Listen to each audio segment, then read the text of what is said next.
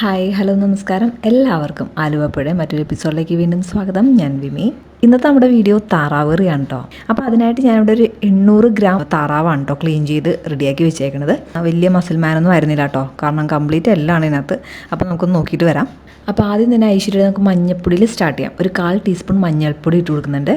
ആവശ്യത്തിന് ഉപ്പിട്ട് കൊടുക്കുക. പിന്നെ ഞാൻ ഇവിടെ കുരുമുളക് പൊടിയാണ് ചേർക്കണത്. ഇത് ജസ്റ്റ് ഒന്ന് ക്രഷ് ചെയ്തെടുത്തേക്കാണ്. ഒരു 1/2 ടീസ്പൂൺ കുരുമുളക് പൊടിയാണ് ചേർക്കണത് കേട്ടോ. പിന്നെ മല്ലിപ്പൊടി 3/4 ടീസ്പൂണിന് മേലെ ചേർക്കുന്നുണ്ട്.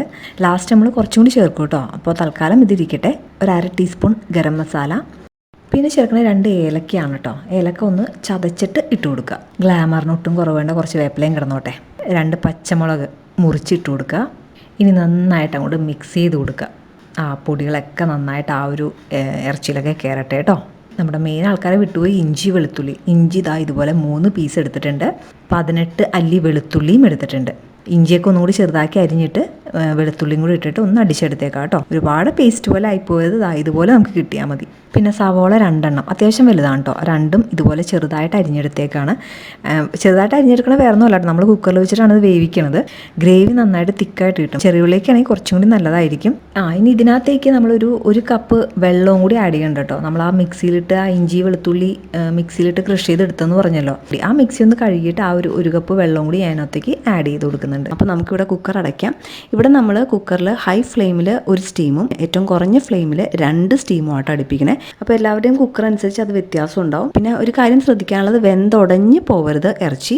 കാരണം നമുക്ക് ഇത് കഴിഞ്ഞിട്ടും കുക്ക് ചെയ്യേണ്ടതാണ്. നമ്മൾ കുക്കറിൽ സ്റ്റീമൊക്കെ അടുപ്പിച്ച് എല്ലാം സെറ്റ് ചെയ്ത് വെച്ചേക്കാണ്. കറക്റ്റ് പാകത്തിന് നമുക്ക് കിട്ടിയിട്ടുണ്ട്. പിന്നെ ഈ സമയത്ത് ഉപ്പൊക്കെ ഒന്ന് നോക്കുക. നമ്മുടെ അടുത്ത പരിപാടിയൊക്കെ കംപ്ലീറ്റ് മൺചട്ടിയിലാണ് കേട്ടോ. അപ്പോൾ ഞാനിവിടെ മൺചട്ടി കഴുകി റെഡിയാക്കി വെച്ചിട്ടുണ്ട്. വെള്ളമൊക്കെ വറ്റിയിട്ടുണ്ട്. നമുക്ക് ഇതിനകത്തേക്ക് ഓയിൽ ഒഴിച്ചു കൊടുക്കാം കേട്ടോ. ഞാനിവിടെ ഒരു 1.5 ടേബിൾ സ്പൂൺ വെളിച്ചെണ്ണയാണ് ഒഴിച്ചു കൊടുത്തേക്കണേ. എണ്ണ ചൂടായി കഴിയുമ്പോഴത്തേക്കും നമുക്ക് ഒരു പിടി സവോള അരിഞ്ഞതാണ് കേട്ടോ, അതൊന്ന് വഴറ്റി കൊടുക്കുക. അപ്പോൾ ഇതിന് വേണ്ട ഒരു സ്വല്പം ഉപ്പും കൂടി, ഒരു 1/4 ടീസ്പൂൺ ഉപ്പും കൂടി ആഡ് ചെയ്ത് കൊടുക്കുന്നുണ്ട്. അതുപോലെ തന്നെ ഒരു 1/4 ടീസ്പൂൺ മഞ്ഞൾപ്പൊടിയും കൂടി ആഡ് ചെയ്ത് കൊടുക്കുന്നുണ്ട്. ഇനി ഇതിനകത്തേക്ക് ഇതിൻ്റെ മെയിൻ ഇൻഗ്രീഡിയൻ്റ് ആണ് നമുക്ക് ആഡ് ചെയ്യാൻ പോണത്. ഇത്രത്തോളം പച്ചക്കുരുമുളകാണ് കേട്ടോ. അത് വെറുതെ ഇട്ട് കൊടുക്കുകയല്ല, ജസ്റ്റ് ഒന്ന് മിക്സിയിലിട്ടൊന്ന് ക്രഷ് ചെയ്തിട്ടാണ് ഇട്ട് കൊടുക്കണം. ഇതുപോലെ നന്നായിട്ട് വഴറ്റി കൊടുക്കുക. ഇനി ഒരു 3/4 ടീസ്പൂണോളം മല്ലിപ്പൊടിയും കൂടി ആഡ് ചെയ്ത് കൊടുക്കുന്നുണ്ട്. പൊടികളൊക്കെ ഇടുമ്പോൾ എപ്പോഴും ശ്രദ്ധിക്കേണ്ടത് ഫ്ലെയിം ഏറ്റവും കുറഞ്ഞാണോ ഇരിക്കണേന്ന് നോക്കുക. മാക്സിമം ഏറ്റവും കുറച്ച് തന്നെ വെക്കുക കേട്ടോ, അല്ലെങ്കിൽ പൊടികളൊക്കെ പെട്ടെന്ന് കരിഞ്ഞു പിടിക്കുകയും ചെയ്യും. അപ്പോൾ നമുക്കിതൊന്ന് ചെറിയ തീയിലിട്ട് ഒന്ന് വഴറ്റിയെടുക്കാം. മുളക് പൊടി ഒരു 3/4 ടീസ്പൂണോളമാണ് കേട്ടോ ആഡ് ചെയ്ത് കൊടുക്കണേ. കാരണം നമ്മൾ എരിവിന് 1-2 ഐറ്റംസ് ചേർത്തിട്ടുണ്ടായിരുന്നു. ആദ്യം തന്നെ മറ്റേ ഉണക്ക കുരുമുളക് ചേർത്തിട്ടുണ്ടായിരുന്നു. പിന്നെ പച്ചമുളക് ആഡ് ചെയ്തു. പിന്നെ അതിനുശേഷം ഇപ്പോൾ പച്ചക്കുരുമുളക് ആഡ് ചെയ്തു. അപ്പോൾ എല്ലാം കൂടി ആകുമ്പോൾ ചിലപ്പോൾ വല്ലാണ്ട് എരിവായി പോവും. ഇവിടുത്തെ മുളക് പൊടിക്കാണെങ്കിലും അത്യാവശ്യം എരിവുണ്ട്. അതുകൊണ്ടാണ് കേട്ടോ. കുറച്ച് എരിവൊക്കെ വേണ്ടവർക്ക് അതനുസരിച്ച് ആഡ് ചെയ്ത് കൊടുക്കാം കേട്ടോ. ഇനി നമുക്ക് ആ കുക്കറിൽ നമ്മൾ വേവിച്ച് വെച്ചിരിക്കുന്ന താറാവിയാട്ടിനെ ഇതിനകത്തോട്ട് ഇട്ട് കൊടുക്കാം. നന്നായിട്ട് മിക്സ് ചെയ്തെടുക്കുക. നമുക്ക് ഈ മസാലയിലിട്ടും കൂടി ആ ഒരു ഇറച്ചി ഒന്ന് ചെറുതിയിലിട്ട് ഒന്ന് വേവിച്ചെടുക്കേണ്ടതാണ്. എന്നാലാണ് ആ മസാലയും ഉപ്പും എല്ലാം നന്നായിട്ട് ആ ഇറച്ചിയിൽ പിടിക്കുകയുള്ളൂ. ഓക്കെ, അപ്പോൾ ആദ്യമേ ഒന്ന് ഫ്ലെയിം കൂട്ടി വയ്ക്കുക.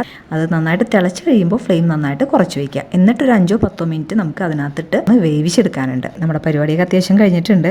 ഇനി അത് ചെറുതിയിലിരുന്ന് അതൊന്ന് സെറ്റ് ആവട്ടെ കേട്ടോ. ഒരു 5-10 മിനിറ്റെങ്കിലും നമുക്കത് ഈ ഒരു അരപ്പിലിരുന്ന് ആ ഇറച്ചി വേവണം. അതാണ് ഞാൻ നേരത്തെ പറഞ്ഞത്, കുക്കറിൽ ഒരുപാട് അങ്ങോട്ട് വെന്തുടഞ്ഞു പോകരുത്. കാരണം ഇവിടെ നമുക്കൊരു 5-10 മിനിറ്റ് കുക്ക് ചെയ്യേണ്ട ആവശ്യമുണ്ട്. അപ്പോൾ പതുക്കെ എണ്ണയൊക്കെ തെളിഞ്ഞു തുടങ്ങും. അപ്പോൾ നമുക്കത് ഫ്ലെയിം ഓഫ് ചെയ്യാം കേട്ടോ. ഇവിടെ ഏകദേശം എണ്ണയൊക്കെ തെളിഞ്ഞ് സെറ്റായിട്ടുണ്ട്. ഫ്ലെയിം ഓഫ് ചെയ്യാം. കുറച്ച് നേരം കഴിയുമ്പോഴത്തേക്ക് ആ ഗ്രേവിയൊക്കെ ഒന്ന് നല്ല തിക്കായിട്ട് കിട്ടും. ഓക്കെ, ഇപ്പോൾ ഏകദേശം നന്നായിട്ട് ആറിയിട്ടുണ്ട്. നമുക്ക് പതുക്കെ ഒന്ന് സെർവ് ചെയ്യാം. ഇവിടെ നമ്മൾ ഒരുപാട് മസാലകളൊന്നും ഈ കറിയിൽ ചേർത്തിട്ടില്ല. മസാല ഒരുപാടായി കഴിയുമ്പോഴത്തേക്ക് അതിന് വേറൊരു ടേസ്റ്റാണ്. ഇവിടെ നമ്മൾ മസാല കുറച്ചിട്ടാണ് ഈ ഒരു താറാവ് കറി ഇവിടെ റെഡിയാക്കിയേക്കണേ. മെയിനായിട്ട് ഇവിടെ നിൽക്കുന്നത് പച്ചക്കുരുമുളകിൻ്റെ ആ ഒരു ടേസ്റ്റാണ്. കിട്ടുവാണെങ്കിൽ നിങ്ങൾ അത് തന്നെ യൂസ് ചെയ്യുക. കിട്ടിയില്ലെങ്കിൽ മാത്രം ആ ഒരു ഉണക്കക്കുരുമുളക് പൊടി ചേർത്താൽ മതി കേട്ടോ.